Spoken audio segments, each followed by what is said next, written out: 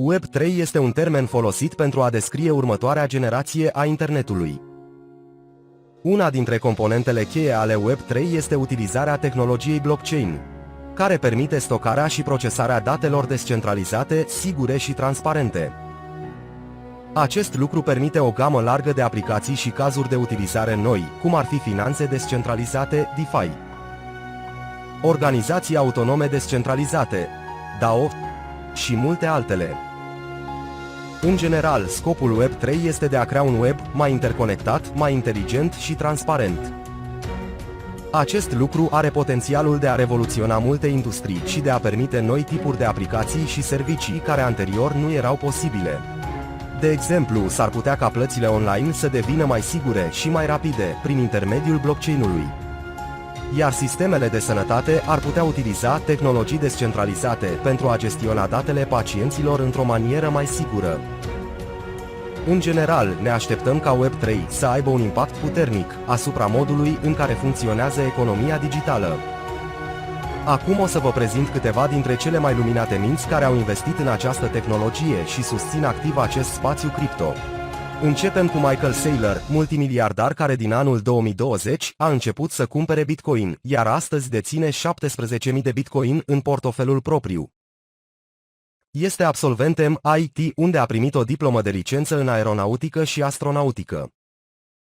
A creat MicroStrategy, o firmă de business intelligence cotată la bursă, care deține 130.000 de Bitcoin. În 1992, MicroStrategy a câștigat un contract de 10 milioane de dolari cu McDonald's pentru a dezvolta aplicații. Este autor și divulgator, a scris mai multe cărți pe teme legate de afaceri, tehnologie și economie. A fost numit unul dintre 100 cei mai influenți oameni în afaceri de revista Fortune. The reason I say do not sell your Bitcoin is because if I look back at my life as an investor, the things that I regret are when I found a really good idea and I underinvested in it. Google was a good idea, Facebook was a good idea, Apple was a good idea, Amazon was a good idea. A digital monopoly that changes the world for 1 billion people is a good idea. And yet, the most common two mistakes after finding a good idea is, first mistake is someone says something, they talk crap about your idea, there's FUD, oh, Australia's going to tax Google, or somebody's going to Amazon's going to get regulated, or something will happen, and so people panic sell. And so whenever there's anxiety in the market and you panic sell and then you never buy back in, you regret that. And the second thing you always regret is you wish you bought more. Haideți să-l cunoaștem puțin și pe domnul Raoul Pal. Cunoscut la nivel mondial ca economist, strateg de investiții și cofondator, Real Vision Group și Global Macroinvestor, firme care oferă servicii de cercetare macroeconomică și de strategie de investiții. Raoul Pal a făcut furori în comunitatea cripto și s-a îndrăgit de fanii criptomonedelor atunci când și-a dezvăluit public investiția de peste 50% din portofoliul său în Bitcoin. Înainte de a înființa Global Macroinvestor, Pal și-a câștigat faima trecând prin diferite poziții în sectorul financiar, culminând cu o poziție de șef al vânzărilor de fonduri speculative europene pentru Goldman Sachs. So, where are we in the crypto market? The most important thing about understanding crypto is understanding how to price it. And how I price crypto is essentially two major factors. One is global liquidity, and I use Global M2 as the main understanding of that. And then there's and that's the cyclical element. And then there's the technological adoption, which is the long-term logarithmic trend. So let's deal with the cycle first. The cycle is what causes all of the pain. And I've been in this space since 2013, and trust me, I know pain. The first time I bought Bitcoin was at 200. It went up to, I think it was 1,000, then back down 85%, languished for a year or two, and then went up 10x from my entry price where I sold out. And then it came back down again after going up another 10x, then it came back down again. And I've seen these cycles. And dacă credeați că nu sunt femei importante în cripto, v-ați înșelat. Catherine Wood este un investitor american și fondator al Invest, o firmă de administrare a investițiilor care are active gestionate de 15,9 miliarde de dolari. Wood a fost selectată de revista Forbes 50/50 din 2021, format din antreprenori, lideri, oameni de știință și creatori care au peste 50 de ani.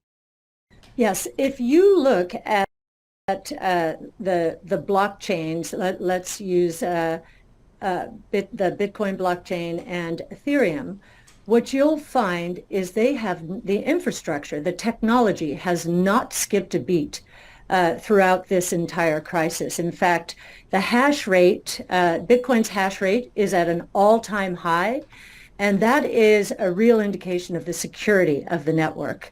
On Ethereum, we're seeing the total value staked at 24 billion. That is an all-time high.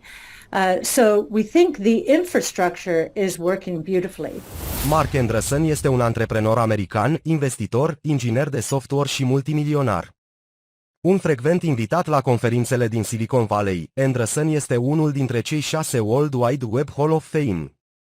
A cofondat Netscape Communications Corporation, compania care a dezvoltat primul browser web utilizat la scară largă de peste 1 miliard de utilizatori. Face parte din Consiliul de Administrație al Facebook, eBay și HP, printre altele. A lot of the other critiques that you mentioned, a lot of them is basically it's a sign of this sector and these technologies kind of getting wrapped up into larger social and political debates that are happening kind of across our society. I think that's overwhelmingly a testament to the importance of what's happening here, right? Like, it's one thing. There's this great book, another great book I'll recommend. It's a book written 50 years ago by this guy Elton Morrison about the societal adoption of new technologies, and he says societal adoption of new technologies always follows a three-step process. Step one is ignore. People just don't pay any attention to it because it's just obviously silly or trivial, or people just haven't even heard of it. Step two is refute, in which you get a long list of basically substantive objections. Right, it's like the examples we went through around the internet early on, or the early luggable PCs. You get all of these actual concrete objections to why the new thing can't work. And then step three, he says, step three is name calling. Right. Step three is when people get mad, right? And step three is when people get mad, they start doing name calling. And the reason they get mad and they start doing name calling is because they basically realize in their gut that the new thing actually is really important. Like it's actually a really big deal. It's not going away. It actually hasn't been ignored. It can't be ignored. It hasn't been refuted and can't be refuted ultimately, because the problems are going to get fixed. And then basically it's going to be a thing. And when it's a thing, like when a new technology comes into society and actually works, it represents a reordering of power and status, right? And it basically shifts who's in charge, and it shifts who has authority and who has influence, and ultimately, right, who makes money and all these other things. And so people get really, really upset. And basically, I think that's the phase we're entering now. And as part of that is you just basically get the technology all of a sudden gets wrapped up in these broader political and social debates where people are kind of already mad about the direction in which society's, headed, or they're already scared about the direction society's headed. And so they kind of pull all this stuff in. Mark Cuban este un antreprenor miliardar american, o personalitate TV și un proprietar media, a cărui valoare netă este estimată la 4,8 miliarde de dolari, conform revista Forbes, și s-a clasat pe locul 177 pe lista Forbes 400 din 2020. El este proprietarul echipei profesioniste de basket Dallas Mavericks din NBA și coproprietar al 2929 Entertainment. Well, with crypto, it's very analogous to that. We're in the early hassle phases. Now, the very earliest of crypto, however you want to decide the beginning with Bitcoin or whatever, has been around 12 years. But in terms of applications with smart contracts, that's only 2017 for the most part. And so we're really only 5 years in. So I'm still really bullish on crypto. We had some early wins, just like, streaming audio with sports and news. Now, with crypto, you have DeFi, and you have, money transfer and some other applications, but you haven't had any mainstream applications where your mom says, okay, we've got to get a wallet because I have to do A, B, or C, right? It's been DeFi, NFTs, and money transfer.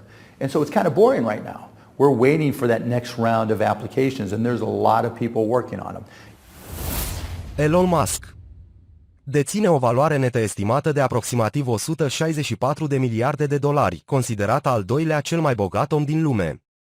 Este fondator și arhitect al companiei Tesla, fondator inginer și șef al companiei SpaceX, care a fost fondată în 2002 cu scopul de a reduce costurile de transport spațial. Prima firmă privată care a trimis astronauți pe orbită și pe Stația Spațială Internațională. SpaceX a dezvoltat de asemenea constelația de satelit Starlink, care are scopul de a oferi acoperire globală de internet.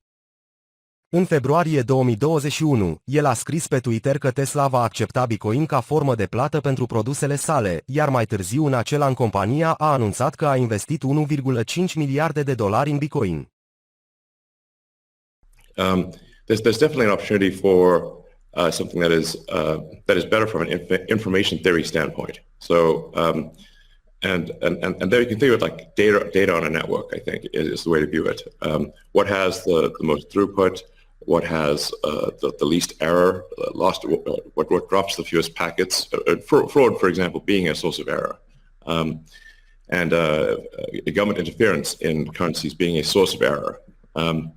But it's fundamentally an information system. So I think it makes sense to support something that improves the quality of information with which we conduct the economy.